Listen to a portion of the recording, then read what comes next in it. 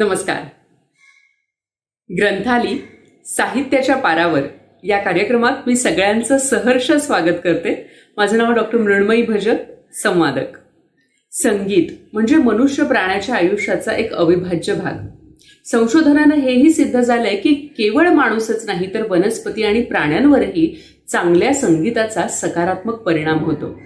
असंही म्हटलं जातं की जेव्हापासून मनुष्य प्राणी अस्तित्वात आहे तेव्हापासून संगीतही आहे. सूर ताल लय जेव्हा आपल्या जीवनात असतात तेव्हा आयुष्य सुरांसारखं सुरेल, तालासारखं तालमय आणि लयीसारखं लयबद्ध होतं. जगभर संगीताचे असंख्य प्रकार आहेत. केवळ आपल्या भारतातच संगीतामध्ये किती वैविध्य आहे, नाही का?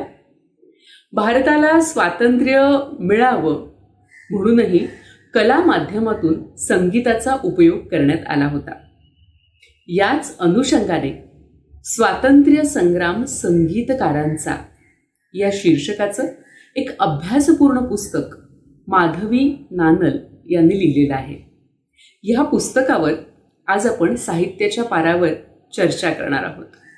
तसंच महाराष्ट्राला अतिशय सुरस आणि सकस गाणी देणारे संगीतकार म्हणजे पंडित हृदयनाथ मंगेशकर. त्यांनी निवडलेल्या काव्यरचनाही तशाच अप्रतिम. त्यांच्या संगीतावर विजयालक्ष्मी मणेरीकर यांनी लिहिलेलं पुस्तक रानभुलीचे प्रदेश, या दोन्ही पुस्तकांवर आज आपण गप्पा मारणार आहोत, चर्चा करणार आहोत. रानभुलीचे प्रदेश या पुस्तकाच्या लेखिका विजयालक्ष्मी मणेरीकर आणि स्वातंत्र्य संग्राम संगीतकारांचा या पुस्तकाच्या लेखिका माधवी नानल या दोघींचंही पारावरच्या गप्पांमध्ये मनापासून स्वागत.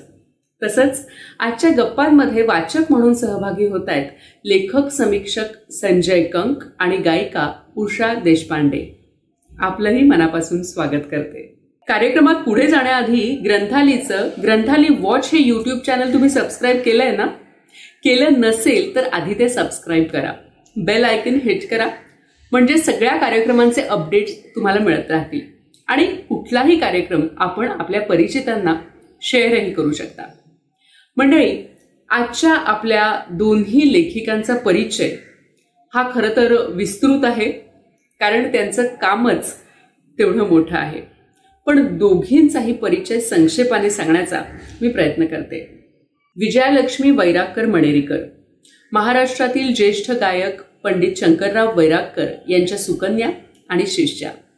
त्या स्वतः संगीत विशारद आहेत, शिक्षक समुपदेशक आहेत, शिक्षण अभ्यासक, गायक, स्तंभलेखक, कवी म्हणून त्यांची ओळख आहे. ग्लोबल विजन स्कूलच्या डायरेक्टर म्हणून त्या काम पाहतात. शिक्षण क्षेत्रात विविध पदांवर गेली 24 वर्ष त्या कार्यरत आहेत. पंडित हृदयनाथ मंगेशकर यांच्या त्या शिष्या आहेत.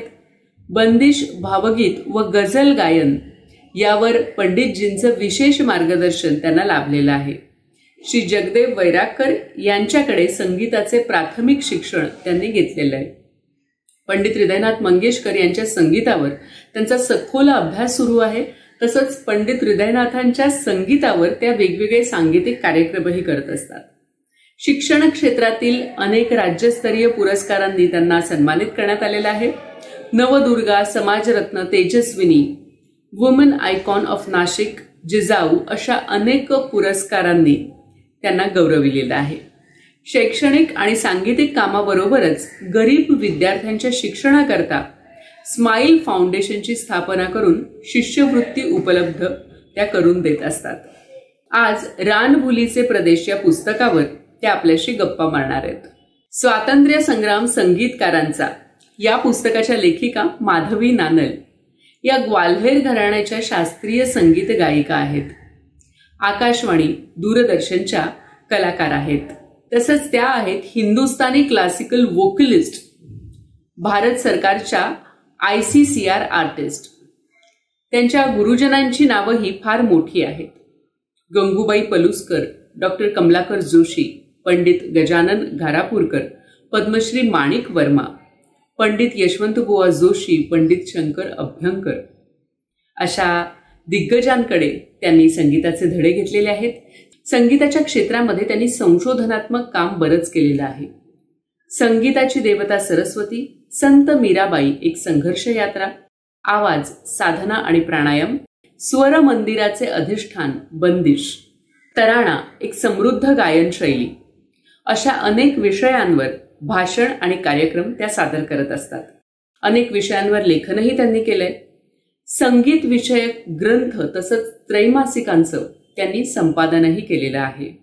CD प्रस्तुतीमध्ये काही मोजकी नावे: साबरमती के सूर, स्तोत्र गायन, नित्य साधना, स्वातंत्र्याचा अमृत महोत्सव रागदारीतून भारताच्या वैभवाची साक्ष देणाऱ्या बंदिशींचं ध्वनिमुद्रण त्यांनी केलेलं आहे. निर्मिती, संकल्पना आणि संगीतही त्यांचंच आहे. सूरसिंगार संसद मुंबईकडून सूरमणी पुरस्कार, society for action through music नवी दिल्लीकडून शिरोमणी पुरस्कार, गायनाचार्य विष्णू दिगंबर पलुस्कर अवॉर्ड, दर्पण पुरस्कार, मास्टर कृष्णराव फुलंब्रीकर स्मृती पुरस्कार, अशा अनेक पुरस्कारांनी त्यांना सन्मानित करण्यात आलेलं आहे. या परिचयानंतर आता वळूया पुस्तकांकडे. स्वातंत्र्य संग्राम संगीतकारांचा आणि रानभुलीचे प्रदेश ही दोन्ही पुस्तकं ग्रंथालयाच्या कार्यालयामध्ये उपलब्ध आहेत. ही दोन्ही पुस्तकं आपल्याला सवलतीच्या दरात मिळतील आणि जर आपल्याला ती घरपोच मागवायची असतील तर ती देखील सोय आहे. त्यासाठी आपल्याला फक्त एवढंच करायचंय की घरबसल्या या खालच्या नंबरवर आपल्याला फोन करायचंय. माधवीताई, नमस्कार. भारतामध्ये अनेक वर्षांपासून जनजागृतीसाठी संगीताचा वापर करण्यात आलेला आहे. मग त्यामध्ये भारूड असेल, अभंग ओव्या असतील किंवा पोवाडे असतील. पण स्वातंत्र्य संग्राम संगीतकारांचा हा एक नवीन विषय आहे आणि त्याची तुम्ही अतिशय खोलवर जाऊन त्याचा तुम्ही अभ्यास केलेला आहे. तर मुळात अशा काय घटना घडल्या की अशा वेगळ्या विषयावर लेखन करावं किंवा पुस्तक लिहावं असं तुम्हाला वाटलं? नमस्कार. खरं आहे, हे पुस्तक लिहिलं कारण हा नवीन एक विषय आहे म्हणून लिहावंसं पण वाटलं. संगीतकार एखाद्या लढ्यामध्ये भाग घेतो ही कल्पनाच अतिशय आकर्षक आणि तसं बघायला गेलं तर भन्नाट आहे कल्पना. स्वातंत्र्य लढ्यामध्ये अनेक व्यक्ती उतरल्या होत्या, अनेक क्षेत्रातल्या व्यक्ती उतरल्या होत्या. त्यांनी खूप काम केलं. संगीतकारही त्याच्यात कोणीही मागे नव्हते.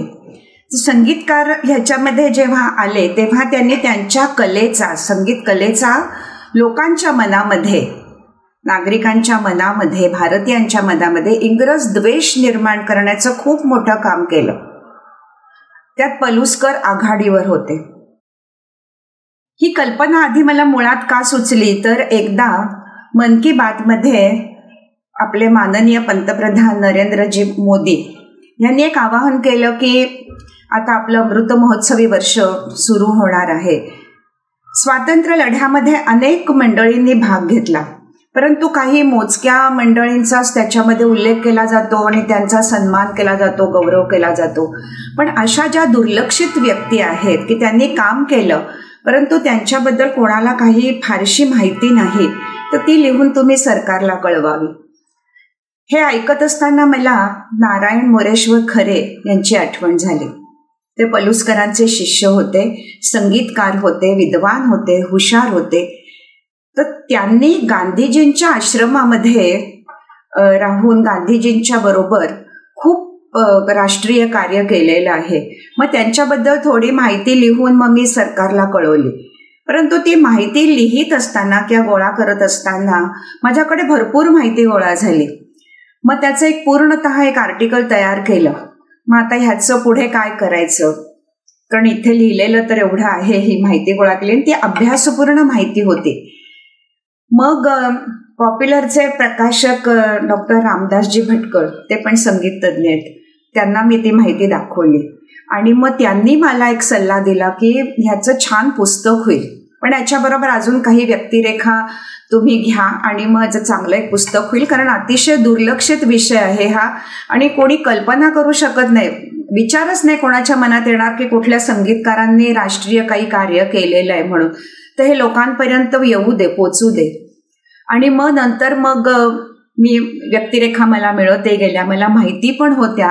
मग त्यांच्याबद्दल लिहायचं ठरवलं आणि ह्या पुस्तकाचा जन्म झाला. आणि हा आत्ता अमृत महोत्सवी काळातच हे काम पूर्ण करायचं असं ठरवलं. आणि ग्रंथाली प्रकाशनने पण खूप सहकार्य केलं. त्यांनी पण मला हे वेळेत पुस्तक तयार करून देण्याचं आश्वासन दिलं आणि हे पुस्तक तयार झालं.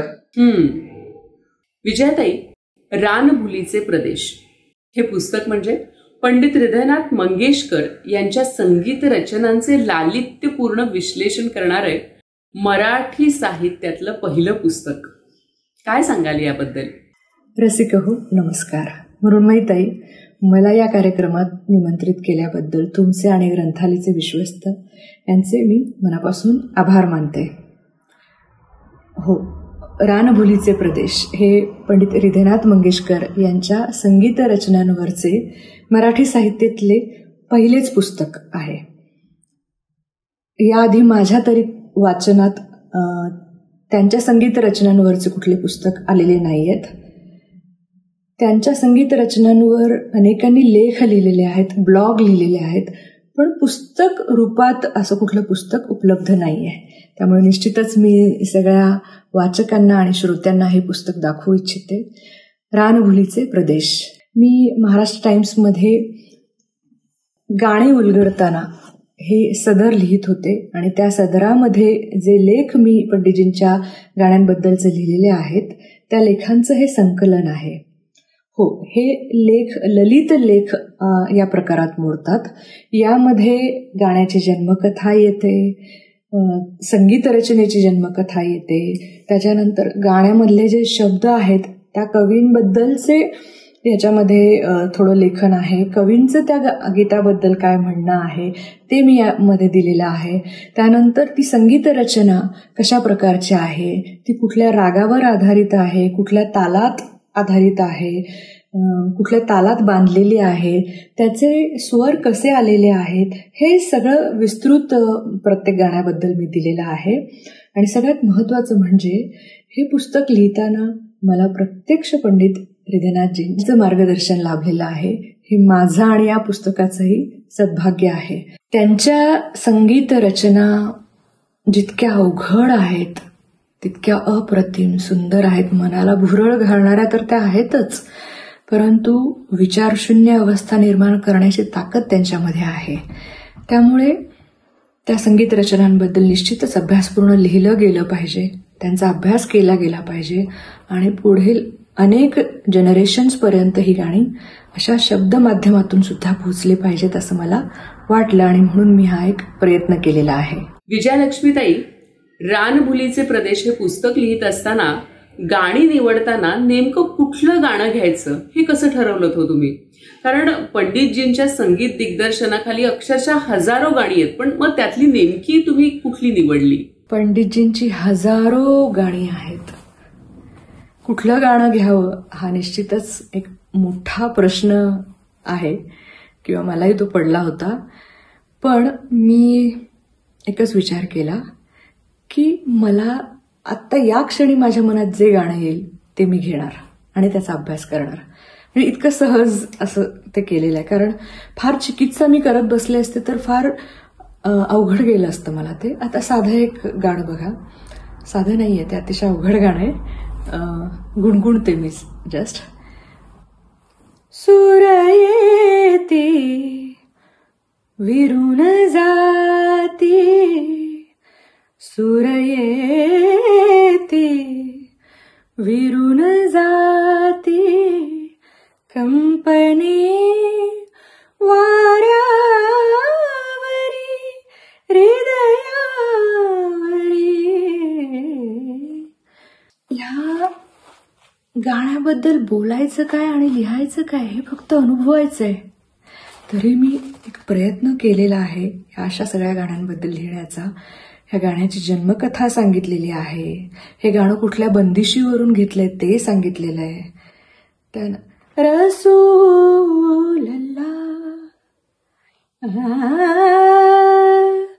पीरन पीर कर दो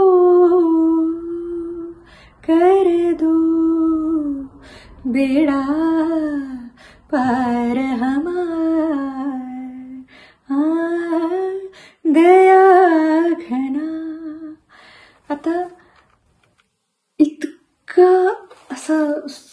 सुंदर असं प्रखर आपण ज्याला म्हणू सत्य हे या गाण्यातून दिसतं. याबद्दल मी लिहिलंय, बंदिशींचे जेव्हा होते गाणे बंधमुक्त होतात सूर दिवाणे. बंदिशींचे जेव्हा होते गाणे बंधमुक्त होतात सूर दिवाणे. जुन्या ऋणात पुन्हा गुंफणे जाणीवेत राहते सूर नक्षत्रांचे देणे. हे सूर नक्षत्रांचं देणं आपल्याला त्यांनी दिलंय. आता काजल रातीनं ओढून नेला, राजा सारंगा पहाटा केले पुसुने डोळे. सुहास्य तुझे मनासी मोहे मी मज हरपून बसले ग. जीवलगा राहिले रे दूर घर माझे. गणराज रंगी नाचतो ना मानो घेतो मालवून टाक.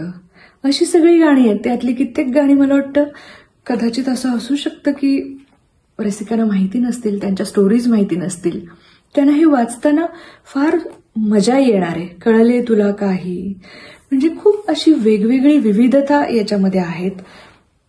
त्यामुळे हे पुस्तक फार सुंदर झालेलं आहे असं मला वाटतं. मी गाण्यांची त्यांच्या सूची सुद्धा दिलेली आहे की ही जे विद्यार्थी, जे संगीताचे अभ्यासक पंडितजींच्या गाण्यांचा अभ्यास करत असतील त्यांना ह्या सगळ्या माहितीचा आणि त्या सूचीचा फार उपयोग होणार आहे त्यांच्या अभ्यासामध्ये. खरंच पंडितजींनी संगीतबद्ध केलेली सगळी गाणी, आणि तो एक खरंच मोठा समुद्र आहे, त्यातून काही मोती तुम्ही वेचलेले आहेत. माधवीताई, गायनाचार्य पलुसकर यांनी संगीत क्रांती आणि स्वातंत्र्य क्रांती यांची सांगड घातलेली आहे असं तुम्ही तुमच्या पुस्तकात लिहिलंय. पलुसकरांचं कार्य पुढे ना भो खरे यांनी केलं आणि त्यानंतर खरे आणि गांधीजी यांनी मिळून काही काम केलं आणि त्याचे संदर्भ तुम्ही पुस्तकामध्ये लिहिलेले आहेत. तर त्याबद्दल सांगा ना. पुस्तक करायचा जेव्हा विचार केला तेव्हा पहिलं नाव गायनाचार्य विष्णू दिगंबर पलुसकर यांचं डोळ्यासमोर आलं. त्यावेळेला संगीत कलेला प्रतिष्ठा नव्हती, कलाकाराला प्रतिष्ठा नव्हती. अतिशय वाईट वागणूक कलाकाराला आणि संगीत कलेला दिली जात होती. संगीत कलेकडे बघण्याचाच दृष्टिकोन अतिशय हीन दर्जाचा होता.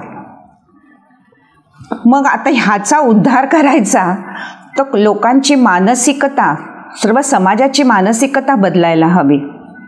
त्याच सुमारास आणखीन एक काम असं होत होतं की इंग्रज त्यांचं संगीत, पाश्चात्य संगीत भारतीयांवर लादायचा प्रयत्न करत होते. अनेक भारतीय ते संगीत गात होते, शिकत होते. मग आता ह्या दोन्हीमधनं आपल्या समाजाची मनोवृत्ती बदलणं हे त्यांनी एक राष्ट्रीय कार्य म्हणून ठरवलं करायचं आणि त्यांनी त्या पद्धतीने कामाला सुरुवात केली होती. सोबतच इंग्रज विरोध लोकांमध्ये रुजवणं हे काम संगीत कलेच्या साह्याने ते करत होते. तेही वंदे मातरम गात होते. त्यांनी काफी रागामध्ये वंदे मातरमला चाल लावली होती. पलुसकर स्वतः खूप धीट होते, कोणालाही घाबरत नव्हते. त्याच्यामुळे ते सगळ्यांना सांगायचे की तुम्ही घाबरू नका, तुम्हाला जे काम करायचं ते तुम्ही अतिशय धीटाईने करा. त्याप्रमाणे ते त्यांचं काम करत होते, राष्ट्रीय कार्य आणि संगीताचं कार्य. असंच काम त्यांचे शिष्य नारायण मोरेश्वर खरे, त्यांनीच खऱ्यांना गांधींच्या आश्रमात पाठवलेलं होतं. गांधीजींना संगीत कलेची जाण होती आणि संगीत कलेचा आपण कसा उपयोग करून घ्यायचा आहे राष्ट्रीय कार्यासाठी ह्याची पण त्यांना एक जाणीव होती की हेच संगीतच आपल्या कामी येईल म्हणून. आणि म्हणून मग त्यांनी सकाळ संध्याकाळ आश्रमामध्ये प्रार्थना सुरू केली, सुरेल प्रार्थना सुरू केली. त्याच्यासाठी खऱ्यांचा त्यांना खूप उपयोग झाला. खऱ्यांनी पण लगेच गांधीजींच्या प्रत्येक राष्ट्रीय कार्यामध्ये संगीताचा कसा कसा उपयोग होईल हे बघत गेले आणि अनेक श्लोकांना, पदांना त्यांनी चाली लावल्या, अनेक प्रार्थनांना चाली लावल्या. त्या सगळ्या अनुयायांना त्यांनी शिकवल्या आणि सकाळ संध्याकाळ ते म्हणून घेत असत. गांधीजी पण ह्या प्रार्थनांना हजर राहत असत. तर हे दोन्हीही कार्य ही इतकी मोठ्या प्रमाणात आणि वेगाने झाली की गांधीजींनी पण ह्या दोन्ही गोष्टींना त्यांना खूप साथ सोबत केली. ही सर्व माहिती मला वाटतं की खूपच नवीन आहे, अतिशय अभ्यासपूर्ण आहे आणि ऐकायलाही रोचक आहे. विजयालक्ष्मीताई, रानफुलीचे प्रदेश हे शीर्षक तुम्ही का दिलं बरं? म्हणजे ह्या शीर्षकावरून हे पुस्तक संगीत विषयक असेल असं अजिबातच वाटत नाही. तर यामागचा तुमचा विचार काय आहे हे सांगा ना. पंडितजींनी मला एकदा सांगितलं होतं, रानभूल म्हणजे काय? उग्र दर्पाच्या मानवी टोळ्यांनी व्यापलेल्या प्रदेशातून श्रेयाने वेढलेल्या प्रदेशात पाऊल टेकताच रानभुलीचे प्रदेश सुरू होतात. रानभूल म्हणजे रानाला पडलेली भूल किंवा रानाने रसिकांना पाडलेली भूल. स्वतःचा विसर म्हणजे रानभूल. व्यवहारी जगाचा विसर पडणे, स्वछंदामध्ये रमणे म्हणजे भुलणे. मन एका नादात एकाकार होणे किंवा एकाकारात विसर्जित होणे, हर्ष खेद मावळणे, अस्तित्व मूर्छित होणे म्हणजे रानभूलमय होणे. अशी रानभूल किंवा अशी भूल कधी पडते? जेव्हा आपण असं दैवी संगीत ऐकतो, तेव्हा आपण त्या सुरांमध्ये हरवतो.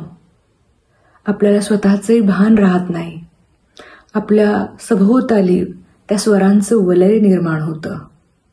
आणि मला असं वाटतं ही जादू पंडितजींच्या संगीत रचनांमध्ये आहे.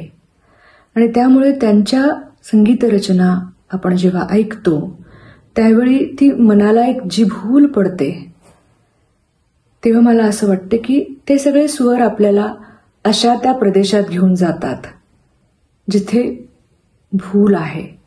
आणि म्हणून मी या पुस्तकाला रानभुलीचे प्रदेश हे नाव दिलेलं आहे. तुम्ही सुद्धा जेव्हा हे पुस्तक वाचाल तेव्हा तुम्हाला मी काय म्हणते त्याचा नक्की अनुभव येईल. आणि तुम्ही पंडितजींची गाणी लावून बघा. कुठलंही गाणं घ्या तुम्हाला आवडणारं आणि तुम्ही बघा. ते गाणं जेव्हा तुम्ही लक्ष देऊन ऐकाल त्यावेळी तुमच्या विचारांना ते शिथिल करेल, शांत करेल, तुमच्या मनाला शांत करेल आणि एका वेगळ्या प्रदेशात घेऊन जाईल. त्यालाच तर म्हणतात भूल पडणे. ही पंडितजींच्या गाण्याची भूल गेली 8 दशके रसिकांच्या मनावर पडलेली आहे. ती कशी सुटणार आहे? ती पुढे अनंत काळापर्यंत सगळ्या रसिकांच्या मनावर पडणारच आहे, राहणारच आहे त्यांच्या मनामध्ये. आणि त्यासाठी हा शब्दातून केलेला माझा एक प्रयत्न आहे. रानभुलीचे प्रदेश. पंडित हृदयनाथ मंगेशकर यांचे आशीर्वाद या पुस्तकाला लाभलेले आहेत. आणि पंडितजी लिहितात की हिरवागार विहंग जेव्हा हिरव्यागार वनराईत भरारी मारतो, जसा विहंग हिरव्या विश्वात लुप्त होतो, त्याप्रमाणे कलाकार आपल्या निर्मितीत एकाकार होतो. रानभरी असा शब्द आहे या निर्मिती क्षमतेला. वा. माधवीताई, वंदे मातरमचे कार्य आणि मास्टर पुलंब्रीकर यांची जिद्द याबद्दलही तुम्ही पुस्तकात सविस्तर लिहिलंय. त्याबद्दल आम्हाला ऐकायला आवडेल. वंदे मातरम हे एक पूर्ण स्वतंत्र प्रकरण पुस्तकात घातलेलं आहे. वंदे मातरमवर खूप सुंदर काम आपल्या देशात झालं त्यावेळेला. हे गीतच असं आहे की त्याच्यामध्ये देशाचं, भारत देशाचं अतिशय सुंदर वर्णन आलेलं आहे. आणि प्रथमतः ह्या गीतामधून भारताला भारत माता म्हटलं गेलं आहे. आणि या गीताला अतिशय सुंदर चाली अनेक गायक, गवई, संगीतकार सगळ्यांनी खूप वेगवेगळ्या चाली आणि त्याशिवाय रागदारीमध्ये चाली लावल्या आणि ह्याचं गायन होत असे. आंदोलनामध्ये या गीताने एक मोठी क्रांती निर्माण केली होती. इंग्रजांच्या बद्दल द्वेष पसरवण्यासाठी या गीताचा अनेकांनी खूप चांगला उपयोग करून घेतला. मी ते एक आंदोलनाचं एक हत्यारच झालेलं होतं. आणि इतकं ते प्रभावीपणे राबवलं जात होतं की इंग्रजांना तिथे नामोहरम करण्याची पूर्ण ताकद या गीताने निर्माण केली होती. पुढे इंग्रजांनी हे गीत गाण्यावरती बंदीच घातली आणि कोणी म्हटलं की त्याला उचलून तुरुंगात टाकणे वगैरे वगैरे जो काय अत्याचार ते करत होते ते जगजाहीर आहे. मग हे संगीतकार काय करायचे, जरी त्याला बंदी होती तरीही ते वेगवेगळ्या सभा संमेलनांमध्ये वंदे मातरम गीत म्हणायचे आणि ते पूर्णतः म्हणायचे, संपूर्ण वंदे मातरम म्हणायचे. त्याच्यामुळे एक द्वेष, चीड खूप प्रभावीपणे लोकांच्या मनात रुजली. मास्तर कृष्णराव हे अनेक गवयांमधलं एक उदाहरण. त्यांनी एकदा काय केलं, एकदा आकाशवाणीवरती त्यांचा लाईव्ह कार्यक्रम होता. गवई होते ते, त्याच्यामुळे त्यांचे सतत कार्यक्रम होत असायचे. एकदा आकाशवाणीवरच्या कार्यक्रमामध्ये पहिला राग झाल्यानंतर त्यांनी वंदे मातरमच गायला सुरुवात केली. का तर बघूया हे आपल्याला का विरोध करतात, बघूया आपण आज गाऊन काय होतं ते. म्हणून त्यांनी तो प्रयोग केला, परंतु तो प्रयोग त्यांचा फसला. तिथे रेडिओ केंद्रावरती, आकाशवाणीवरती वीज प्रवाहच बंद करून टाकला आणि ते गाणं लोकांपर्यंत पोचलंच नाही. दुसऱ्या दिवशी ती वार्ता सगळीकडे पसरली आणि गळचेपी, वंदे मातरमची गळचेपी ह्या मथळ्याखाली अनेक वृत्तपत्रांनी ती बातमी प्रसिद्ध केली आणि सर्वत्र ही बातमी पसरली. शेवटी मास्तरांनी असं ठरवलं की जोपर्यंत वंदे मातरमला आकाशवाणीवर गायची परवानगी मिळत नाही तोपर्यंत मी आकाशवाणीवर गाणारच नाही. पण इतकं होऊन सुद्धा मी मगाशी म्हटलं तसं सभा संमेलनांमध्ये ते गातच होते. आणि त्यावेळेला पलुसकर आणि मास्तर दोघंही आक्रमकपणे ह्या गीताचा प्रचार प्रसार करत होते. असं हे एक महाराष्ट्रात घडलेलं एक उत्तम उदाहरण म्हणूया आपण, की एक गवई किती आक्रमकपणे त्याचे विचार लोकांपर्यंत त्याच्या गायनातून पोचवू शकतो. ह्याचं सर्व सविस्तर वर्णन पुस्तकात आलेलं आहे. विजयालक्ष्मीताई, आपण रानभुलीचे प्रदेश हे पुस्तक लिहिलं आणि मला वाटतं की हा देखील एक महत्वाचा संदर्भ ग्रंथ आहे. आपल्याकडे डॉक्युमेंटेशनचं महत्व हल्ली आपल्याला जाणवायला लागलंय. रानभुलीचे प्रदेश या पुस्तकात मंगेशकर आणि त्यांच्या गीतांचे कवी, गीतकार सगळेच मराठी साहित्यातील सर्वोच्च दिग्गज, श्रेष्ठतम व्यक्तिमत्व आहेत.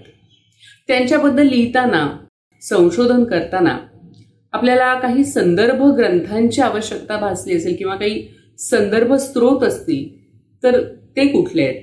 संदर्भ स्रोत म्हणून आपण जेव्हा कुठल्याही साहित्याकडे बघतो तेव्हा तो संदर्भ स्रोत ऑथेंटिक असणं फार गरजेचं आहे.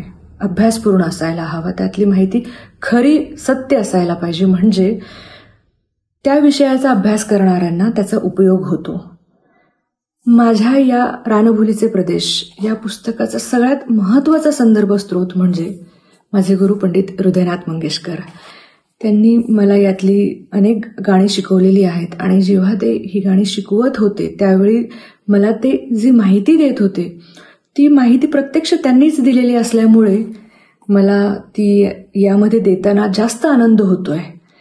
दुसरी गोष्ट, यामध्ये जे गीतकार आहेत, शांताबाई शेळके, सुधीर मोघे, सुरेश भट, ग्रेस, असे अनेक दिग्गज त्यांची गाणी यामध्ये आहेत. त्यामुळे त्यांच्याविषयीचे संदर्भ स्रोत जे मी घेतलेले आहेत त्याची संदर्भ ग्रंथ सूची याच्यामध्ये दिलेली आहे. कारण जसं शांताबाईंनी पुस्तक लिहिलेलं आहे कविता स्मरणातल्या, त्यामध्ये यातल्या अनेक गाण्यांविषयी त्यांनी लिहिलेलं आहे पंडितजींच्या. स्वरप्रतिभा हे पंडित हृदयनाथ मंगेशकरांवर अतिशय सुंदर पुस्तक आहे, ज्यामध्ये अतिशय दिग्गज लोकांनी पंडितजींच्या गाण्यांबद्दल, पंडितजींबद्दल लिहिलेलं आहे. त्यानंतर पंडितजींच्या दूरदर्शनवरच्या मुलाखती ज्या आहेत त्यामधले काही माहिती मी घेतलेली आहे. असे अनेक संदर्भ स्रोत यासाठी वापरले आहेत आणि त्यामुळे मला वाटतं की हे पुस्तक अभ्यासकांसाठी सुद्धा अतिशय महत्त्वाचं झालेलं आहे.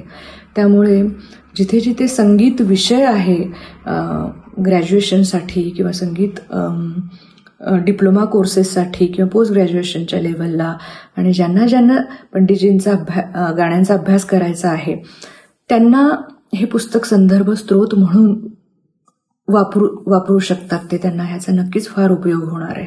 माधवीताई, तळपत्या शब्दांना तेजस्वी स्वराची धार या शीर्षकाचं शेवटचं प्रकरण या पुस्तकात आहे. मास्टर दीनानाथ मंगेशकर आणि स्वातंत्र्यवीर सावरकर यांची भेट आणि त्यातून निर्माण झालेली स्वरसंपदा याबद्दल हे प्रकरण आहे आणि नक्कीच आम्हाला याबद्दल जाणून घ्यायला आवडेल. माझं शेवटचं प्रकरण पुस्तकातलं मास्टर दीनानाथ मंगेशकर आणि सावरकर यांच्यावरचं आहे. दीनानाथ मंगेशकर सावरकर दोघंही महाराष्ट्राची एक वेगळी ओळख आहे आणि आक्रमक ओळख आहे. दोघंही देशभक्त आणि दोघांनाही इंग्रजांच्या वागणुकीबद्दल किंवा त्यांच्याबद्दल अतिशय संताप दोघांच्याही मनात, कारण कारणंही तशीच घडली होती किंवा घडत होती. मंगेशकर मूळचे गोव्याचे, तिथे पोर्तुगीजांची सत्ता होती. पोर्तुगीजही अत्याचार, अनन्वित अत्याचार आणि छळ तिथे चालूच होता. ते त्यांना माहीत होतं. पुढे महाराष्ट्रात आल्यानंतर इंग्रजांचे अत्याचार हेही लक्षात यायला लागले. तर एकूणच जी काय परिस्थिती होती महाराष्ट्रात ती अतिशय वाईटच होती. त्यांनी त्यांचा मार्ग शोधला होता दीनानाथांनी, संगीत रंगभूमी. ह्या सगळ्या गोष्टींमुळे, पोर्तुगीजांचा अत्याचार आणि इंग्रजांचा अत्याचार, याच्यामुळे त्यांचाही आक्रमक स्वभाव बदला होता आणि त्यांची गायकी पण आक्रमक झालेली होती. त्यांची आणि सावरकरांची ओळख होती खूप, अशातला भाग नाही. पण परिचय झाल्यानंतर दीनानाथांची जी बलवंत संगीत मंडळी होती त्यांनी सावरकरांना सांगितलं की तुम्ही आम्हाला एक संगीत नाटक लिहून द्या. कारण सावरकर अतिशय उत्तम लेखक होते हे आपल्याला सर्वांना माहिती आहे. त्यांनीही ते नाटक लिहून दिलं. संन्यस्त खड्ग नाटक दीनानाथांच्या कंपनीला दिलं आणि अतिशय सुंदर पद्धतीने संन्यस्त खड्ग रंगभूमीवर आणलं. आणि सावरकरांचे जहाल विचार आणि दीनानाथांचा अतिशय सुंदर सुरेल आवाज, ह्या दोघांचं अतिशय सुंदर छान मिश्रण झालं आणि हे सर्व आक्रमक विचार लोकांपर्यंत पोचवायचं काम खूप सहज आणि सोपं होऊन गेलं. त्या रंगभूमीचा त्यांनी कसा उपयोग करून घेतला दीनानाथांनी आणि सावरकरांनी पण, ह्या दोन्हीचं सविस्तर वर्णन पुस्तकामध्ये आलेलं आहे. हा विचार एकदा वाचला की खूप छान वाटतं आणि किती गोष्टी संगीतामुळे साध्य होऊ शकतात हे ह्याच्यातून लक्षात येतं. धन्यवाद माधवीताई. यानंतर स्वातंत्र्य संग्राम संगीतकारांचा या माधवी नानल लिखित पुस्तकावर वाचक म्हणून आपल्या गप्पांमध्ये सहभागी होत आहेत गायिका उषा टिकेकर देशपांडे. नमस्कार. आत्ता नुकतंच मी स्वातंत्र्य संग्राम संगीतकारांचा हे पुस्तक माझं वाचून झालं. हे शीर्षक वाचल्याबरोबरच कोणत्याही संगीतकाराला किंवा कोणत्याही कलेच्या उपासकाला असं वाटेल की अरे काय बरं असेल हे. कारण स्वातंत्र्य संग्राम आणि संगीतकारांचा हे दोन विषय कधीच कुणी हाताळलेले नाहीत. ते माधवीताईंनी प्रथम ह्या विषयाचा अभ्यास करायला सुरुवात केली. या पुस्तकाच्या मनोगतामध्ये लेखिकेने कसं कसं कष्ट घेतले, ह्यासाठी कसे संदर्भ वापरले, कुठे कुठे जाऊन संदर्भ शोधून काढले, त्यामुळे त्यांनी केलेलं संशोधन, त्यांनी घेतलेले कष्ट, ह्या सगळ्याची सविस्तर माहिती मनोगतामध्ये दिलेली आहे. बरं, ह्या पुस्तकाची अनुक्रमणिका बघितली ना की आपल्या लक्षात असं येतं की पलुसकरांनी स्वातंत्र्य आंदोलनात केलेलं कार्य, त्यांचे शिष्य नारायण मोरेश्वर खरे यांनी जी आश्रम भजनावली केली पलुसकरांच्या सांगण्यावरून, आणि ह्या सगळ्याच्या मागे गांधीजींची प्रेरणा होती. कारण संगीताची ताकद काय आहे, लोकांना कशी एका स्तरावर ते आणू शकतं, भावनिकदृष्ट्या, राजकीयदृष्ट्या कसं ते विचारांच्या दृष्टीने एका स्तरावर संगीत आणू शकतं, ह्याची ताकद माहिती होती पलुसकरांना. गांधीजींनाही त्याची जाणीव झाली होती. त्यामुळे आश्रम भजनावली त्यांनी नारायण मोरेश्वर खरे यांच्याकडून करून घेतली. नंतर वंदे मातरम, आपल्या देशामध्ये वंदे मातरमला 200च्या वर चाली दिलेल्या आहेत. ती मला तरी एवढीच माहिती होती. पण कोणी कोणी कशा कशा चाली दिल्या, कुठल्या कुठल्या, मग त्याची सगळी जंत्री माधवीताईंनी हात दिलेली आहे. आणि कृष्णराव फुलंब्रीकर म्हणजे मास्तर कृष्णा ह्यांनी तर जिद्दीला पेटून हे राष्ट्रगीत व्हावं ह्यासाठी कसे प्रयत्न केले आणि किती कष्ट घेतले ह्याचीही माहिती या पुस्तकात आहे. त्यानंतर वीर सावरकर आणि दीनानाथ मंगेशकर यांचे पण योगदान काय आहे याबद्दल हे सगळं सविस्तर ह्या पुस्तकामध्ये आहे. आणि मला खूप कौतुक वाटतं माधवीताईंचं की हा असा वेगळा विषय त्यांनी हाताळला. आपल्या हातात इतकं सुंदर वाचनीय पुस्तक दिलं. आपण सगळ्यांनी जरूर ते वाचावं अशी मी विनंती करते. नमस्कार. धन्यवाद उषाताई. तसंच रानभुलीचे प्रदेश विजयालक्ष्मी मणेरीकर लिखित पुस्तकावर वाचक प्रतिक्रिया देत आहेत नाशिक येथील संजय कंक. ते एक लेखक, समीक्षक आणि कवी आहेत. संजय कंक. नमस्कार. पंडित हृदयनाथ मंगेशकर यांनी स्वरबद्ध केलेले जे गाणे आहेत त्यांच्या जन्मकथा किंवा त्यांचा प्रवास कसा झाला ह्या सगळ्या कथानकावर आधारित हे पुस्तक आहे. अतिशय सुंदर, अतिशय वाचनीय. प्रत्येक गाण्याचा प्रवास कसा झाला हे अतिशय सुंदर पद्धतीने उलगडून ते सांगितलेलं आहे.